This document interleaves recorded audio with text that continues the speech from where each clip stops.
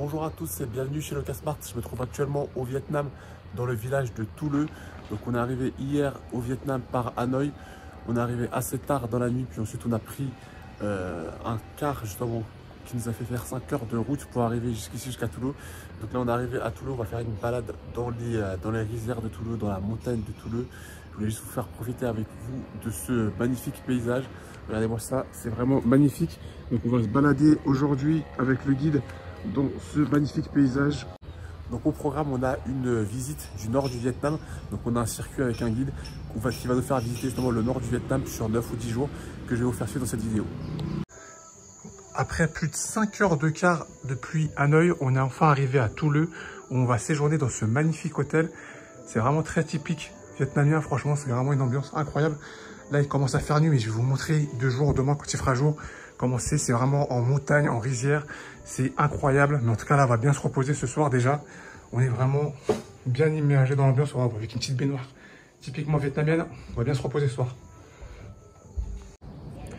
Donc là on a le droit à un magnifique petit-déj avec la vue qui va avec avant d'aller se promener dans les montagnes comme je vous l'ai dit tout à l'heure. Donc là on a pris le car pour monter dans la montagne avant d'arriver au lieu de la randonnée et on a fait un arrêt à un point de vue. Je vous montre juste la vue, elle est époustouflante. On a une belle vue sur les rizières depuis la montagne et ensuite on va se balader à travers ces chemins.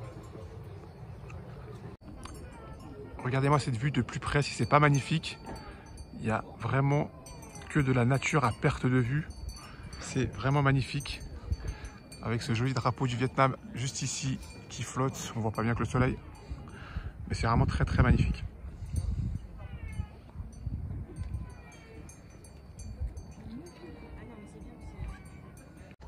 Donc là, on entame notre balade à travers un village Hmong. Donc je vais vous présenter un peu plus en détail les maisons Hmong. Mais voilà ici à quoi ça ressemble. Ils vivent un peu de façon rustique. Donc déjà les Hmong, c'est une ethnie du Vietnam issue de la Mongolie qui a émigré au Vietnam. Et vous voyez, ils ont des réserves de bois comme là ici. Et ça les sert à se réchauffer, notamment en hiver. Ils vivent vraiment de manière très rustique. Ils n'ont pas d'eau, enfin si, ils ont de l'eau, mais pas d'eau courante, pas d'électricité. Du coup, ils vivent un petit peu à l'ancienne avec pas des cheminées, mais ils font des feux à l'intérieur pour se réchauffer en hiver. Ils ont des citernes d'eau comme ça là, sur laquelle ils mettent leurs réserves d'eau. Et donc, c'est vraiment assez rustique comment ils vivent. Donc là, on a un petit peu avancé, on peut observer une rizière juste là devant, avec un champ. Bon, là, je sais pas si c'est dangereux, on approche dangereusement des buffles sauvages qui sont vraiment en liberté, qui sont même pas attachés. Alors le guide nous apprenait un truc hyper intéressant. Vous voyez les araignées qui sont colorées comme celle-ci, surtout pas touchées, apparemment c'est venimeux. Donc là on a bien avancé dans la montagne. Selon notre guide, on est vraiment dans une des plus belles rizières du coin. Donc là comme on peut voir, ça s'appelle des terrasses. En fait les couches stratifiées là que vous pouvez voir, c'est des terrasses et on font la culture du riz. Donc sur chacune des terrasses, là malheureusement la récolte est passée, mais il y a un mois et demi, tout était jaune, c'était vraiment jauni par les fleurs de riz. Mais là, malgré que la récolte a été effectuée, ça reste quand même joli à voir. Mais là, il n'y a plus de paysans du coup qui travaillent dans le champ puisque la récolte a déjà été faite. Donc regardez de plus près à quoi ça ressemble une rizière. Donc là, on prépare justement la prochaine récolte. On vient de récolter du coup la précédente récolte et regardez à quoi ça ressemble les jeunes pousses de riz. Autre chose que j'avais oublié de vous montrer, c'est ces chapeaux. On nous a donné des chapeaux vietnamiens, donc il n'y a pas d'endroit, pas d'envers, mais ça protège bien du soleil parce que là il fait vraiment très chaud, très humide dans la forêt, dans la montagne, donc ça nous protège bien du soleil.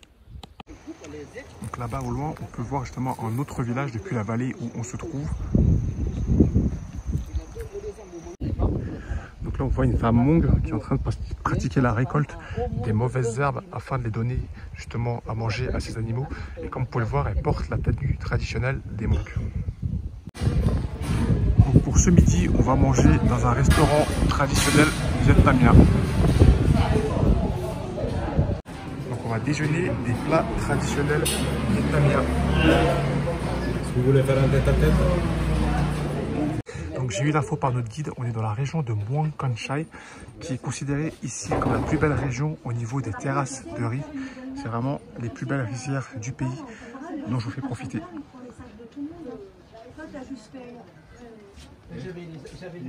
Regardez-moi ça, on est vraiment seul au monde dans la rizière, c'est vraiment magnifique.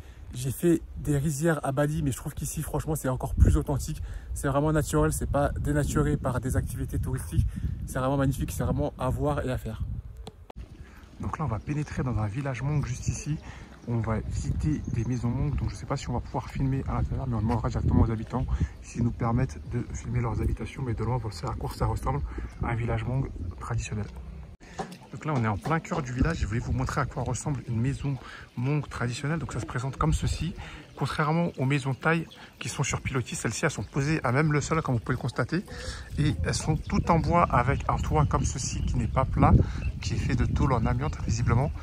Et il n'y a pas de fenêtre, comme vous pouvez le constater, vraiment c'est que des planches de bois. Et pourquoi cela? Pourquoi il n'y a pas de fenêtre? Parce qu'ici on se situe à la montagne, l'hiver est très rude et pour ne pas qu'il y ait de déperdition de chaleur, les Hmong ont décidé de ne pas mettre de fenêtre sur leurs habitations. Et qu'à l'intérieur, ils se chauffent à l'intérieur du coup en hiver.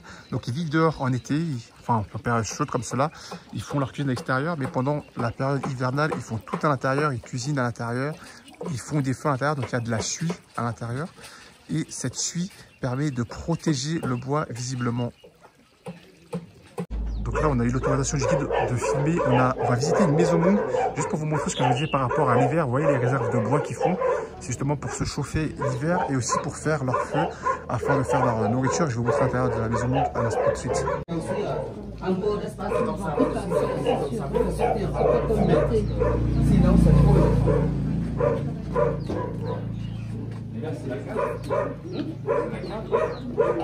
Non, ça c'est la cuisine aussi. Les pères sont âgés, ou les malades, ou les enfants. Tandis que les jeunes, ils peuvent préparer. Surtout en été, il fait chaud. Souvent, pour les enfants, en train de chaud, ils dorment directement par terre. Ils sont comme les cochons. Vous imaginez que même à l'école. Après l'effort, on va pouvoir se détendre dans un bain, dans une source chaude directement. Donc cette piscine est vide, mais celle-ci est remplie et c'est bien une source chaude. Il y a des petits bains privatifs également. Franchement, il est top ce spa. Ils ont vidé la piscine principale, mais en compensation, ils nous ont proposé de faire un petit bain dans ces petites pièces privatives. De base, c'est payant, mais ils nous ont proposé de faire un petit bain gratuitement ici. Donc franchement, merci à eux. Bon, ça y est, on quitte le spa, on va aller se restaurer au restaurant de l'hôtel. Mais regardez-moi cette ambiance incroyable, on se croirait vraiment comme dans les mangas japonais, là, vraiment les petites ambiances comme ça avec les crayons qui chantent à côté. Juste ici, on a une petite mare avec des nénuphars. Il manque plus que les crapauds et on se croirait dans Naruto.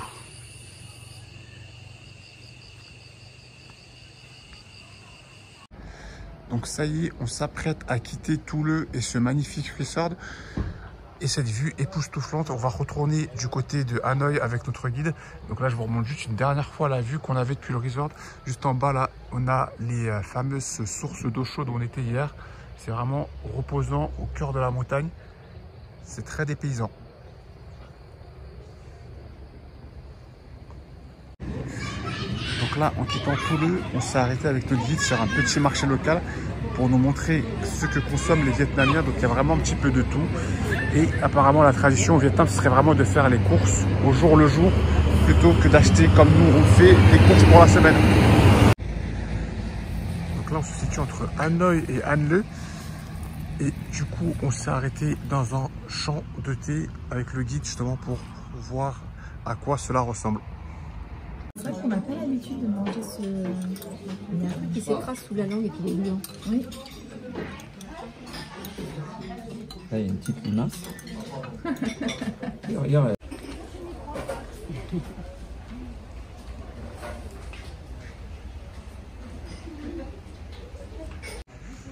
Alors là, on est dans un village thaï qu'on visite avec notre guide. Il nous expliquait justement que les Thaïs, pardon, ici d'abord, c'est une ethnie du Vietnam.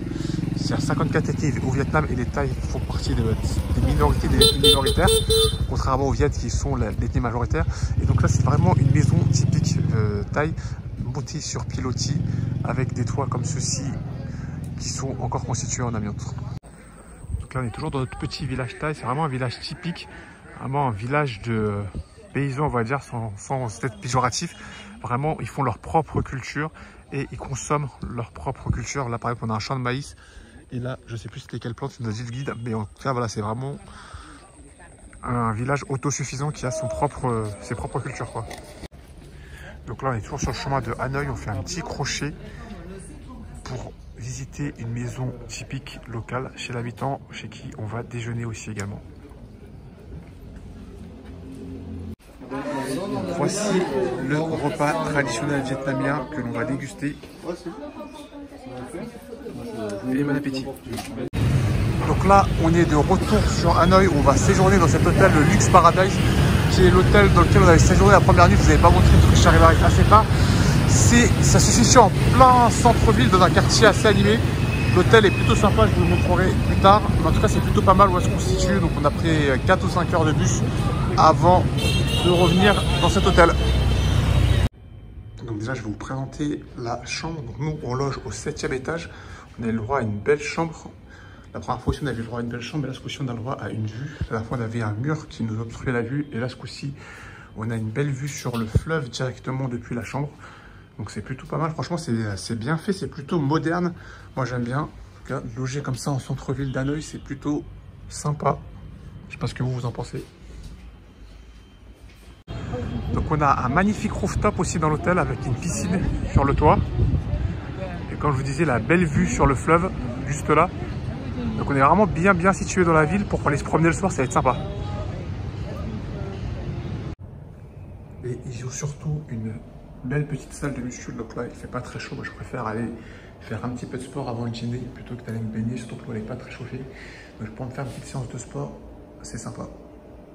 Alors là, pour le dîner, on est dans un bar typique vietnamien où l'alcool coule à flot. C'est une bière à volonté pour tout le monde. Et pour moi, ce sera coca et bouteille d'eau avec madame. Donc là, on se situe dans le quartier du chemin de fer, qui est un des quartiers les plus animés de la ville. Donc vous pouvez le voir, vraiment, les gens sont installés autour du chemin de fer, de part et d'autre du chemin de fer. Il y a même un marché local plus loin. Et le train passe vraiment à ce niveau-là. En fait, quand ils ont construit le chemin de fer, les Vietnamiens n'ont pas voulu déménager leur quartier, donc ils se sont installés comme ceci. Mais c'est vraiment synchronisé. Dès que le train arrive, on entend arriver de loin. Et tout le monde range tout, que ce soit pour le marché ou pour ici. Les gens rangent des terrasses et s'écartent de la voie ferrée pour laisser passer le train. Donc là, on va assister au passage du train. C'est vraiment une vraie chorégraphie. Il y a 2 secondes, les gens qui buvaient des verres étaient limite sur les rails. En quelques instants, tout le monde s'est décalé de la voie ferrée. Et donc là, du coup, on va voir passer le train dans quelques instants. Et donc, voici le fameux passage du train. On entend arriver. Vachement impressionnant.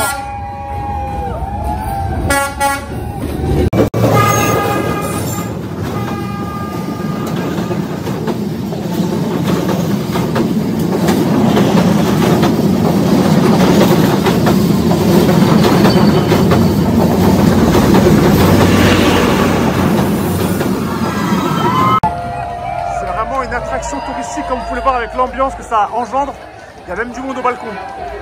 Finalement, on s'est posé à la terrasse d'un café où on a pu déguster un bon café et le passage d'un second train.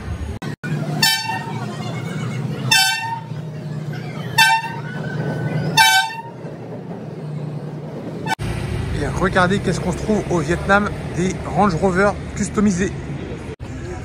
Donc là, on est arrivé dans la région de Ninh Binh. Et on va visiter donc ce premier temple qui est vraiment construit à l'intérieur des montagnes, comme vous pouvez le constater. Donc là, on est à l'entrée du temple et on est devant une fresque assez impressionnante et intéressante qui raconte en gros l'histoire de la ville. Ici, c'était la première capitale impériale du Vietnam il y a plusieurs milliers d'années, dans les années 1900 et quelques apparemment.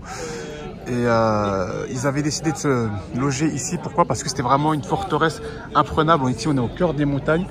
Et ils étaient souvent attaqués par les Chinois. Et du coup, pour éviter les invasions chinoises, le fait de loger ici permettait à l'armée vietnamienne de voir arriver justement l'armée chinoise qui ne pouvait pas arriver en nombre. Sachant que les Vietnamiens étaient moins nombreux que les Chinois, ça leur permettrait de se défendre plus facilement contre les Chinois, sachant qu'ils connaissaient eux le terrain contrairement aux Chinois.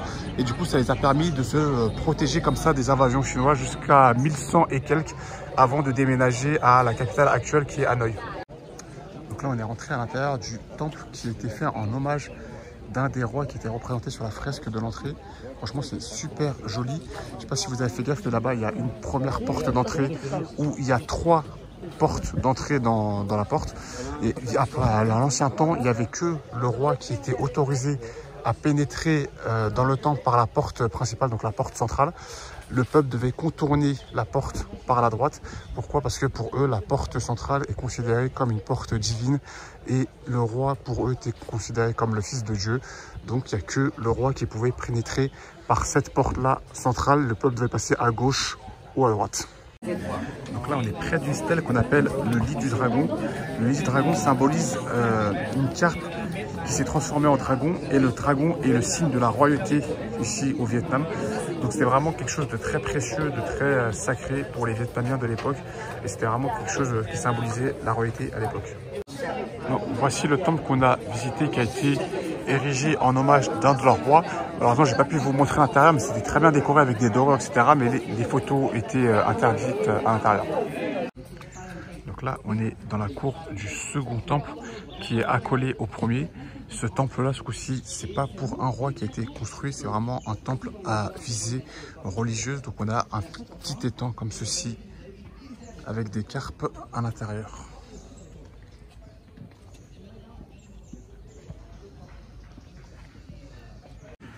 Donc voici le temple en question que l'on va visiter. Je vous ai dit une bêtise tout à l'heure, c'est pas un temple à visée religieuse, celui-là, c'est pas celui-ci qu'on va visiter. Celui-ci est aussi en hommage au roi Lê qui aura régné sur le Vietnam dans les années 900 et quelques au 1000. Et donc voici ici le lit du dragon également.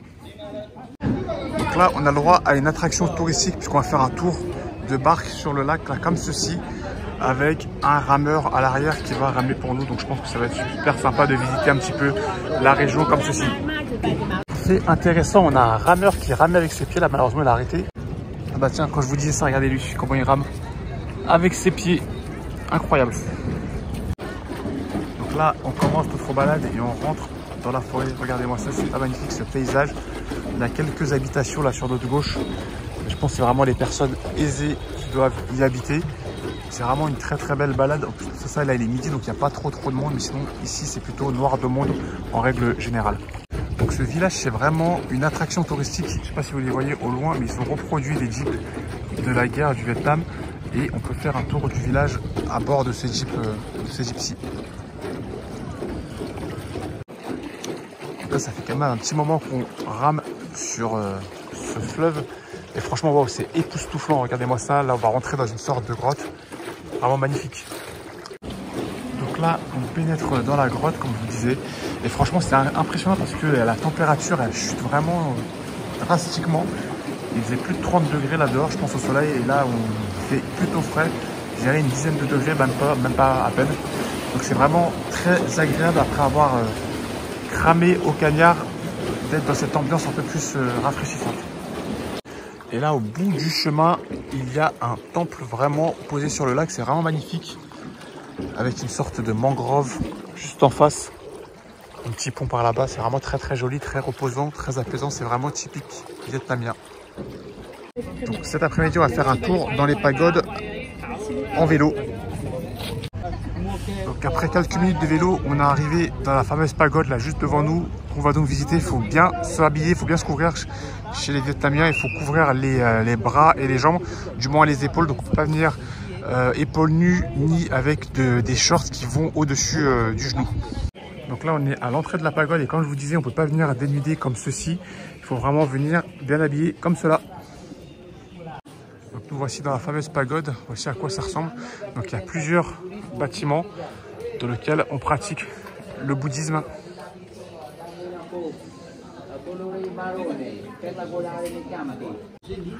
Donc là, on se trouve tout en haut de la pagode qui est creusée dans la montagne. Et en contrebas, on a du coup la seconde pagode que l'on vient de visiter à l'instant.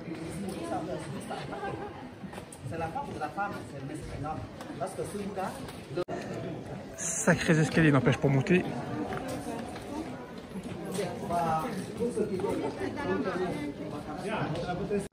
Donc la pagode elle est vraiment creusée à même la montagne. Donc là on est vraiment dans une sorte de grotte en plein milieu de la montagne. Donc voici la vue que l'on peut avoir tout en haut de la pagode. Donc là on a vraiment grimpé tout ça. Il y avait pas mal de marches, c'est assez physique quand même. Je me demande si les moines bouddhistes font ça tous les jours. Et s'ils le font tous les jours, ils doivent avoir une sacrée condition physique à mon avis. Donc là, on est parti de la pagode et on a continué notre balade à vélo. Et regardez ce qu'on peut voir en se promenant. Vraiment, on est entre les montagnes. C'est magnifique. Le lac juste en dessous. C'est vraiment très joli avec le coucher de soleil au loin. On peut faire mieux, je pense.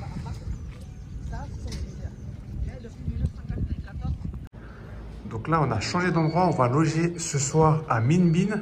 Franchement, on est vraiment bien accueillis. Elle est vraiment sympa, cette petite chambre.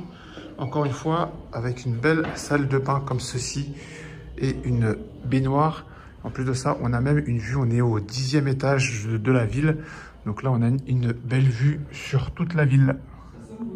Donc après avoir mangé à l'hôtel, on s'est fait masser dans un petit centre de massage typiquement vietnamien. Franchement, ça vaut le coup d'y aller. C'est vraiment pas cher. Pour deux, on en a eu pour 50 € pour 1h15 de massage chacun. On peut choisir les zones sur lesquelles appuyer, etc. Donc c'est vraiment un très bon rapport qualité-prix. Et voici l'hôtel dans lequel on séjourne pour cette nuit, le Wang Son Peace Hotel. Donc on va y passer uniquement une nuit et à partir de demain, on ira du côté de la baie d'Along. Avant d'aller me coucher, je voulais juste vous montrer la vue que l'on a depuis le 10e étage. C'est assez impressionnant, je ne sais pas trop ce que c'est que là-bas au fond, j'ai pas eu l'occasion de me promener, mais il y a quelques palais dans la ville de Minh Bin et c'est assez impressionnant comment c'est fait. Donc là, on est presque arrivé dans la baie d'Along. On s'est arrêté chez un ostréiculteur qui cultive les perles comme ceci. Donc, il cultive ses perles et fabrique ses propres colliers. Et on peut voir certains colliers qui dépassent des montants fous comme 16 000 €. Je vais vous le montrer, le plus cher que j'ai vu ici pour l'instant. C'est celui-ci avec des perles noires, des perles or qui sont très rares au Vietnam apparemment.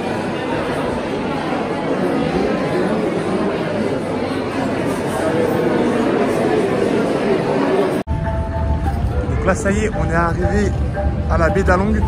On va embarquer dans un de ces bateaux justement pour la visiter. La baie d'Along est composée de 3 parties. Donc la baie d'Along elle-même, la baie de Lan A et une 3e partie dont j'ai oublié le nom. Donc nous, on va prendre la partie baie de Lan A qui est la moins touristique des 3. Bon, moi, ça nous permettra de mieux la visiter avec moins de bateaux sur la baie.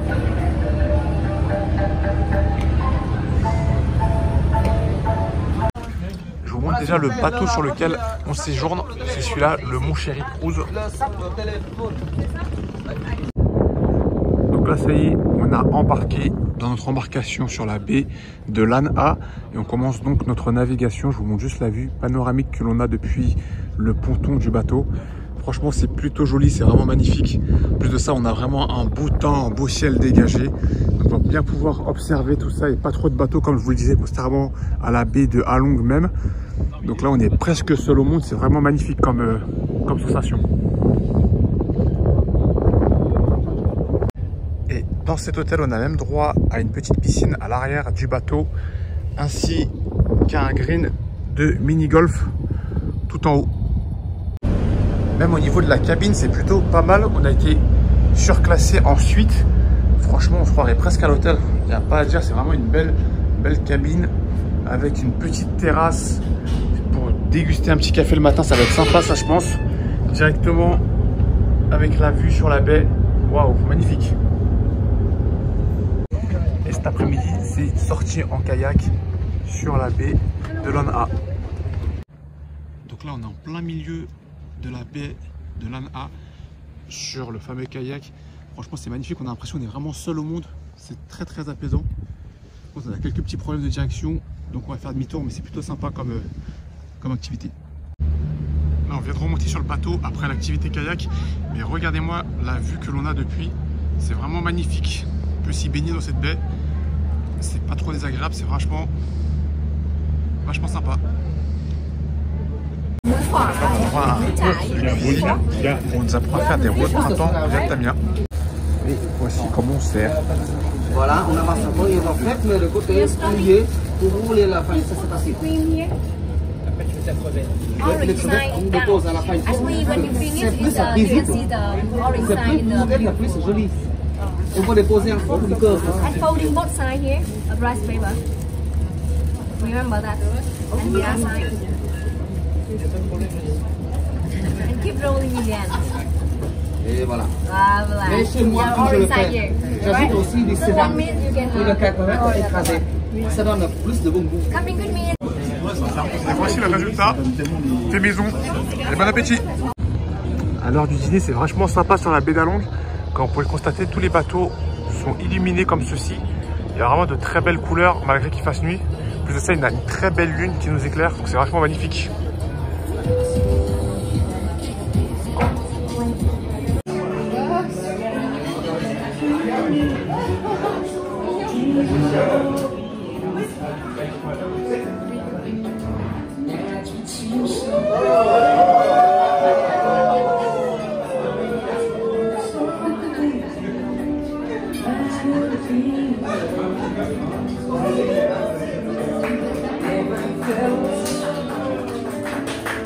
Donc ce matin depuis le bateau on a pris une petite navette pour accoster sur la côte. Donc là on va prendre les transports en commun afin de visiter une grotte. Donc là on va pénétrer à l'intérieur de cette forêt et il y aura une grotte à visiter au bout. Donc là ça y est, on va pénétrer à l'intérieur de la grotte. Comme vous pouvez le voir au plafond il y a des stalactites et j'ai appris que pour faire 1 cm de stalactite il fallait 100 ans. Donc là on peut s'imaginer que la grotte ça fait vraiment très longtemps qu'elle existe vu la hauteur des stalactites.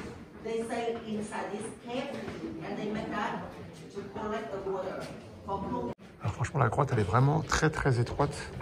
Il faut se serrer par endroits. Il y a quelques ouvertures par-ci par-là. Et par endroits il faut même se baisser comme ici. C'est assez impressionnant à voir. C'est vraiment tout naturel, tout creusé dans la roche. C'est vraiment quelque chose d'incroyable à voir. Là on est retourné sur le bateau après la grotte. Et voici comment ils se ravitaillent sur le bateau avec un autre bateau qui vient les ravitailler. C'est comme un Uber Eats boat. Ça y est, on quitte la baie d'Along et on retourne vers Hanoï. Ça y est, on est de retour à Hanoï avec le guide qui nous a présenté un marché local. Donc ce fruit-là, le fruit rouge, c'est le pitaya. On donne ceci, le fruit dragon, quand il est coupé comme ça. Donc, ouais, la rue qu'on va emprunter s'appelle Hangdo. Ce que vous expliquait le guide, c'est qu'avant Hang, ça signifiait quartier. Et Do, derrière, c'était le nom de la marchandise qui était vendue dans cette rue. Et en fait, chaque rue avait sa spécialité. Ce qui était le cas avant, maintenant tout le monde voit un petit peu de tout partout, mais avant chacun avait sa spécialité. Si on cherchait des chaussures, il fallait aller dans tel quartier, si on cherchait des fruits dans tel quartier, etc., etc. Ici on voit la trace du passage des Français avec ce bel appartement, ce bel immeuble, style haussmannien. On voit bien que ça a été colonisé par les Français. Ici on est à un carrefour vietnamien, vous verrez c'est assez impressionnant parce que personne ne respecte la signalisation. C'est vraiment anarchique, c'est un peu la loi du plus fort, j'ai l'impression que les voitures ne s'arrêtent pas. Et pour les scooters, ils se faufilent les uns derrière les autres, mais c'est assez impressionnant comment c'est fait, on dirait que c'était synchronisé. Donc là, on est dans le centre de la ville et on est devant la cathédrale Saint-Joseph. Ce qu'il faut savoir, c'est que la cathédrale Saint-Joseph, avant c'était une pagode bouddhiste, mais après la guerre du Vietnam, celle-ci avait été détruite et les Français ont donc reconstruit par-dessus une cathédrale à la place. Donc c'est vraiment une place centrale de la ville, là où les gens viennent se réunir et notamment y fêter Noël.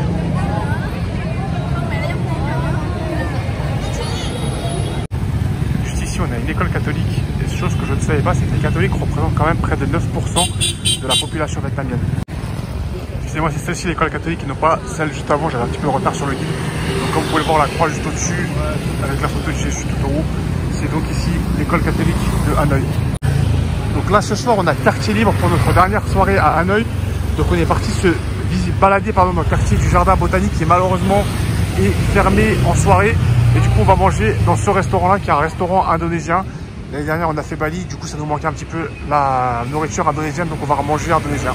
Donc ça y est, les plats sont arrivés, on s'est pris 2 nasi goreng ainsi que des nems et des jus. Franchement on se croirait vraiment à Bali. Là on est en plein cœur de Hanoï, on est vraiment sur des petites pépites comme ce temple juste devant nous, vraiment au bord de la route. Et comme vous pouvez l'entendre, c'est vraiment animé dans les rues. Là on est samedi soir. Il y a de la musique un petit peu partout, les gens qui dansent en plein milieu de la rue, je ne sais pas si vous le voyez là-bas. C'est très animé, il y a des parcs un petit peu partout qui sont ouverts la nuit. Franchement, c'est sympa comme ambiance. Regardez la ville de nuit, comment c'est vraiment magnifique. Là, on est sur le bord du fleuve Rouge et juste en face, sur l'autre berge, regardez la ville, comment elle est très animée. C'est vraiment magnifique, on se croirait en Europe un petit peu. C'est vraiment très joli. Ici, c'est courant de voir des gens, soit tôt le matin, soit tard le soir, comme ici, quand le soleil est couché, faire des séances de sport en plein air, soit du tai chi. Là, on dirait de la sorte de Zumba sur un terrain de street workout.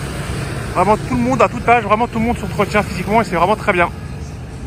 Et pour bien terminer cette soirée, on s'est pris 2 parts de gâteau avec des thés glacés juste au bord du fleuve. C'est magnifique la vue qu'on a.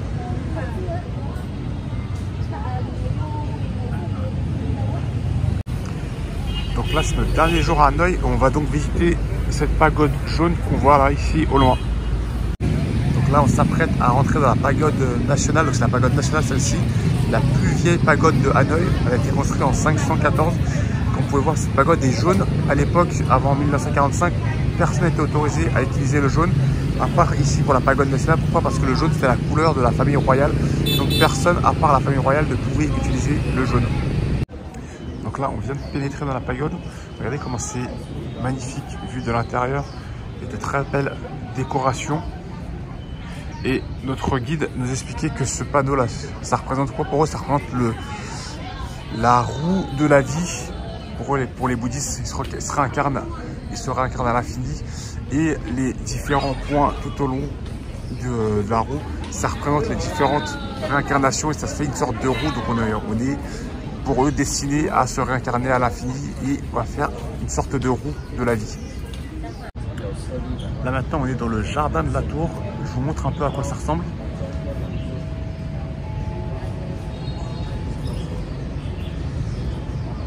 Là, juste derrière, on a la tour principale derrière ce poteau.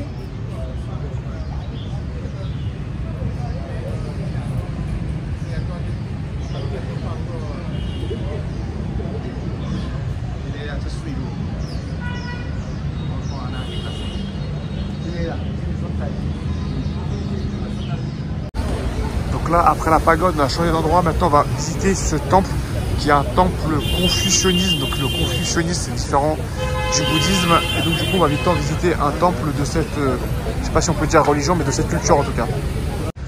Donc là, on est à l'intérieur de la cour qui s'organise comme ceci, pardon, avec un étang où il y a quelques poissons.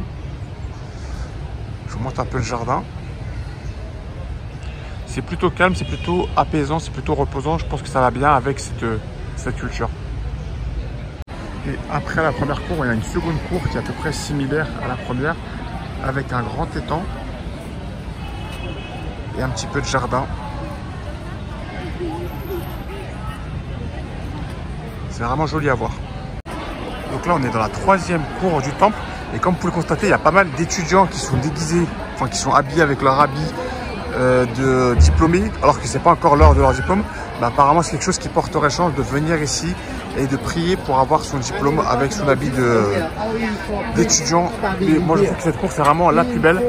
Elle est plus lumineuse que les autres. Les autres étaient un petit peu plus à l'ombre avec les arbres. Là, on a vraiment un grand étang central.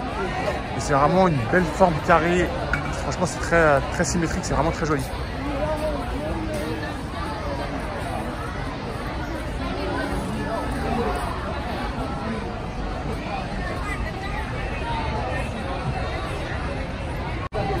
On peut voir une tortue avec une stèle sur le dos.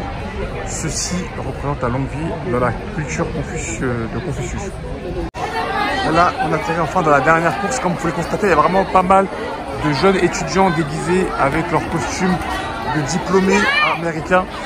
Donc vraiment, c'est un truc qu'ils font tous ensemble, tous en classe. Là, on est dimanche par exemple, et ils sont tous venus, toute la classe, pour prendre cette photo de classe collective, tous habillés en habits de diplômés.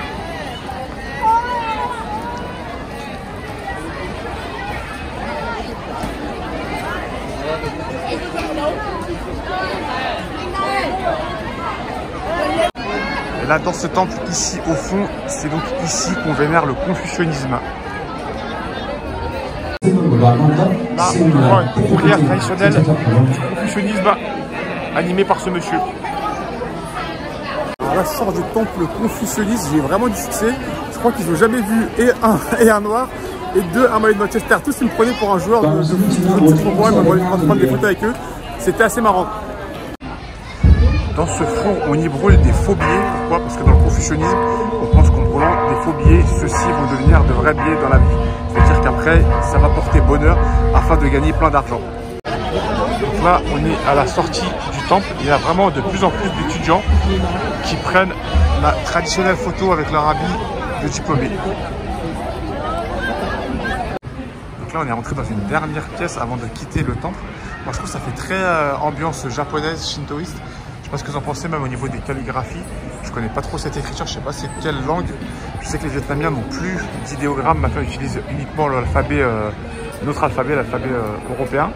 Mais ça, je ne sais pas du coup c'est quelle langue, j'ai pas eu les explications du guide encore. Sur ce mur, on a une fresque chronologique qui reprend bien les différents empereurs du Vietnam et qui explique bien l'histoire justement du Vietnam avec les différents empereurs et les différentes familles qui ont gouverné. Là, c'est la dynastie Ly qui a régné pendant un certain temps sur le Vietnam. Il y a aussi la dynastie Lê qui était aussi très importante dans l'empire vietnamien. Donc là, ici, on est dans le musée de la laque. L'arbre à laque, c'est celui-ci et c'est la résine de l'arbre qui forme la laque. Là, il y a différentes étapes, vous voyez, de 1 à 10 pour expliquer comment ce bout de bois finit laqué comme ici, lors de l'étape 10. Ensuite, on peut faire différents types de tableaux comme celui-ci ou celui-là. Là, de ce côté, je peux mieux vous montrer justement les différentes étapes de laquage du bois. En fait, à chaque fois, on applique une couche de laque, on laisse sécher, puis on pousse pour retirer les impuretés. Là, je ne sais plus quel est ce tissu, mais on met ce tissu dessus pour faire sécher. Puis à chaque fois, on a des couches de laque supplémentaires entre chaque étape. Et il faut près de 3 mois pour passer de l'étape 1 à l'étape 10, juste ici.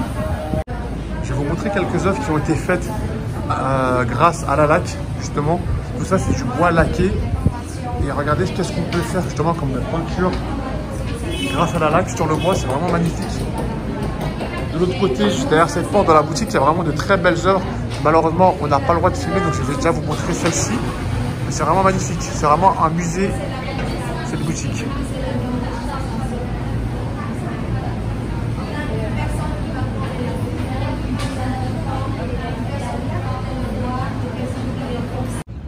Donc là, on va aller visiter le mausolée de Ho Chi Minh. C'est ici que Ho Chi Minh a été enterré, on va dire. Et ici, on est sur la place du Vietnam. C'est ici vraiment que les défilés militaires ont lieu chaque année. Donc là, on se situe juste devant le mausolée Ho Chi Minh, à l'intérieur duquel Ho Chi Minh est exposé, on va dire. Donc vous voyez là, cette ligne jaune, on ne peut surtout pas la traverser, sinon on s'expose à des sanctions. Il y a souvent toujours deux gardes qui se relaient pour protéger justement le corps de Ho Chi Minh. Donc là, c'est vraiment la place nationale du Vietnam. C'est vraiment une place très très importante. Ho Chi Minh, pour ceux qui ne savent pas, c'était un général vietnamien qui a fait la guerre de l'indépendance contre les Français déjà, puis ensuite qui a défendu le pays lors de l'invasion américaine.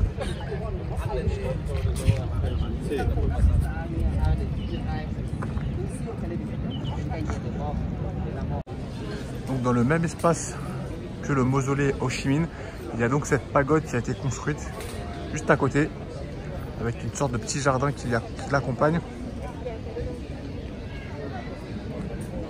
C'est vraiment un lieu où les Vietnamiens viennent se recueillir justement après être passés devant le mausolée Ho Chi Minh. Donc là, on va déjeuner dans une ancienne maison française.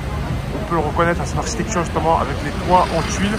Et puis même à la façade, ça se voit que c'est de l'architecture française du coup. Donc voici la soupe pho, qui est la soupe traditionnelle vietnamienne. Et pour finir, une bonne glace avec des fruits et un poulet au fruit de la passion. Donc après avoir bien déjeuné, maintenant on va visiter le musée de la femme.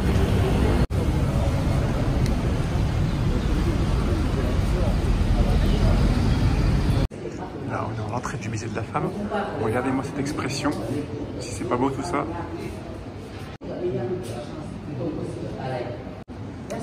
Donc là, on a la tenue traditionnelle de l'ethnie viet pour le mariage. Et là, on peut constater que c'était des personnes assez aisées à la qualité de leur tenue.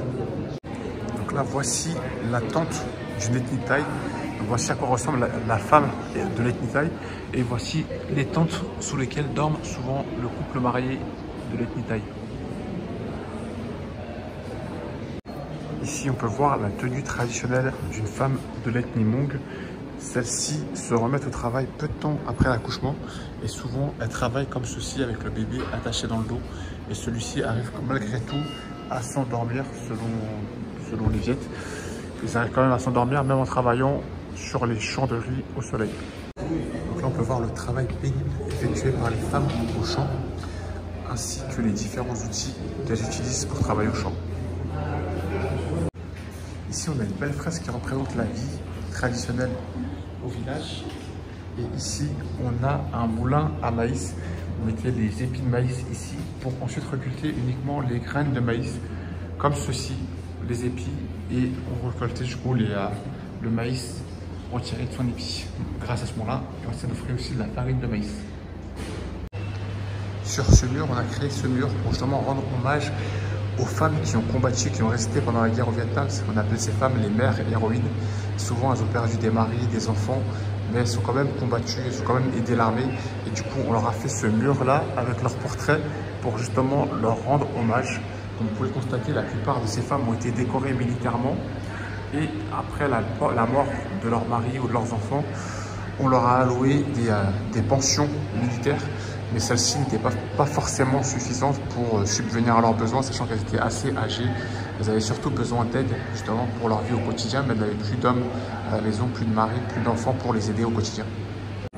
Alors ici, on a rendu hommage à différentes femmes qui ont combattu pendant les différentes guerres, que ce soit contre les Français ou contre les Américains. Et là, cette histoire-là est assez intéressante, celle de Nguyen Chi Thien, cette dame-là qui commandait une guérilla, commandante d'une guérilla, qui a combattu lors de plus de 40 combats et qui a capturé des ennemis à main nue. Elle aurait même combattu contre 4 ennemis hommes à la fois et capturé ceux-ci. Sur ces images, on peut observer des femmes travaillant au champ pendant la guerre au Vietnam. Et comme vous le constatez, elles ont quoi? Une mitraillette sur le dos. Comme ça, en cas d'attaque par les Américains, elles pouvaient se défendre.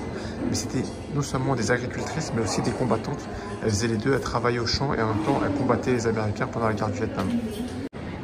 Donc cette dame, Madame Nguyen, c'était une ministre des Affaires étrangères lors de l'année 73. Et c'est cette personne qui a donc signé les accords de paix lors de la guerre du Vietnam de 1973, qui s'est arrêtée en 1973 contre les Américains.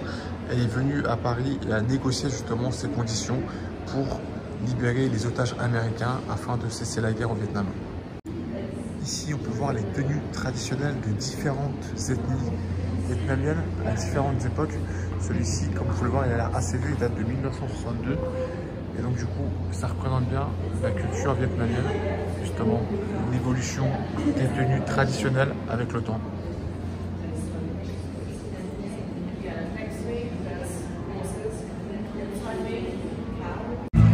Donc là, on en a fini avec le musée de la femme. On est en plein centre-ville d'Hanoï. On est venu pour visiter ce quartier avec le pont rouge que l'on voit au fond, là où les amoureux font de belles photos. En plus de ça, on a un beau coucher de soleil sur le lac qui mène au fleuve rouge. Franchement, c'est vraiment magnifique.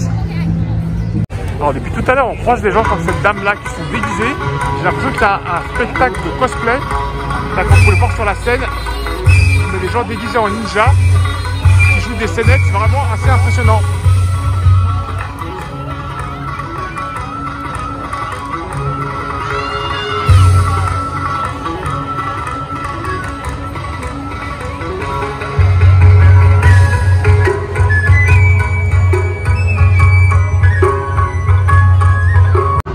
Là, on s'est trouvé un bon petit point, un bon spot d'observation pour observer ce beau coucher de soleil.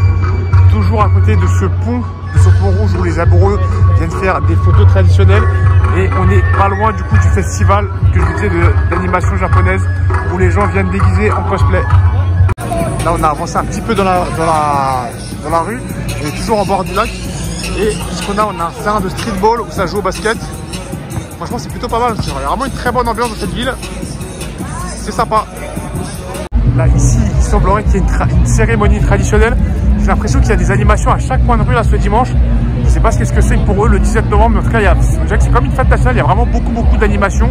Je pense pas que ce soit comme ça tous les dimanches, mais en tout cas, aujourd'hui, c'est vraiment très animé.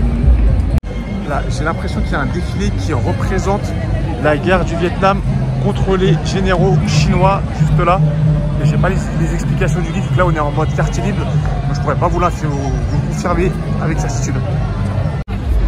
ça y est, le soleil s'est couché, mais il fait encore super chaud, donc on s'est dégusté une super citronnade ainsi qu'une bonne glace. Et voilà, c'est ainsi que se termine ce voyage au Vietnam, à Hanoï. Donc derrière vous avez le pont qui est bien éclairé. Là, on peut prendre de très belles photos, en couple notamment. Donc ça aura été vraiment un de mes meilleurs voyages organisés auxquels j'aurais participé. 7 jours, ça s'est passé vraiment très vite. Ça me donne envie de retourner ici pour passer plus de temps justement dans les régions que j'aurais appréciées. Donc ce sera tout pour moi pour cette vidéo. On se dit à la prochaine dans une prochaine vidéo. Et n'oubliez pas avec le Casse-Parc le Malin. Salut l'équipe, ciao. Comment partir de Hanoï sans manger en authentique banh mi avec le Casse-Parc le Malin. Salut l'équipe, ciao.